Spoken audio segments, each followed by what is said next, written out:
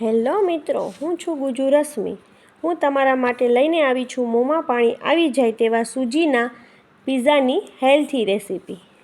તો તેના માટે 1 કપ સૂજી લીધી છે। 1 કપ સૂજી હોય તો અડધો કપ દહીં લેવાનું અને મીઠું અને પાણી લીધું છે। તો સૌથી પહેલાં મિક્સિંગ બાઉલ લીધો છે, તેમાં સૂજી અને દહીં લીધું છે।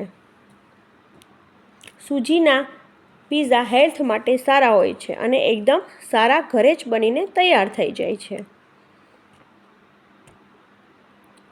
તો પછી તેને મિક્સ કરી લેવાનું, એકદમ સારી રીતે મિક્સ કરી લેવાનું।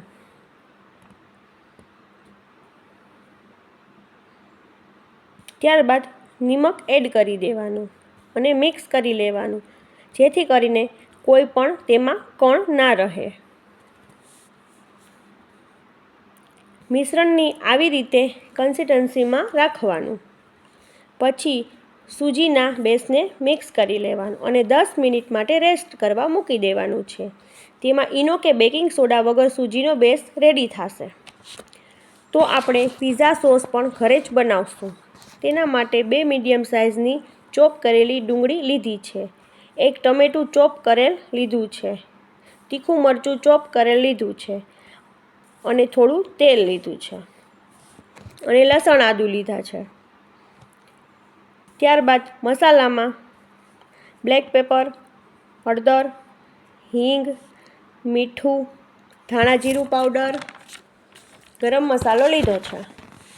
તો તેના માટે એક પેનમાં તેલ લઈશું,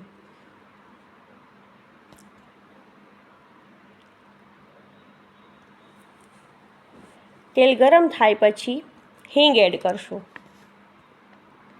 તમે એકવાર ઘરે બનાવો પિઝા સોસ, બહાર જેવો જ રેડી થઈ જાય છે। ત્યારબાદ લસણ અને આદું એડ કરશું।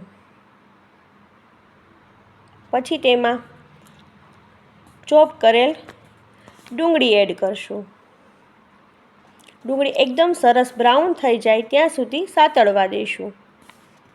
ત્યારબાદ ચોપ કરેલા ટમેટાં અને મરચાં એડ કરશું।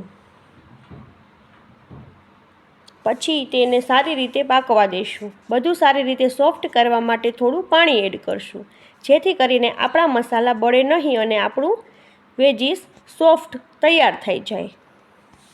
હવે આપણે પિઝા બેસને એક પેનમાં પાથરી દઈશું। બજારમાં મળતો હોય એવો જ પિઝા તૈયાર થશે। એક બાજુ સરસ સોફ્ટ થઈ જાય પછી તેને પલટાવી દઈશું। ગેસની ફ્લેમ લો કરી દઈશું ઉપરના ભાગમાં। પછી તેમાં આપણે ઘરે જ પિઝા સોસ બનાવ્યો હતો તે લગાવી દઈશું। ત્યારબાદ વેજીસ લગાવી દઈશું। તમે તમારી પસંદના કોઈ પણ વેજીસ લગાવી શકો છો। મેં ટમેટાં, કેપ્સિકમ, ડુંગળી લગાવી છે। ત્યારબાદ ચીઝ સ્પ્રેડ કરી દઈશું। ચીઝ વધારે હોય તો પિઝા વધારે સારા લાગે।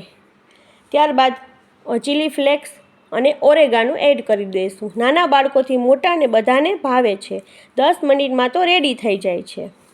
તમે જરૂરથી ઘરે બનાવજો અને કમેન્ટ કરજો કે કેવા બન્યા સૂજીના પિઝા।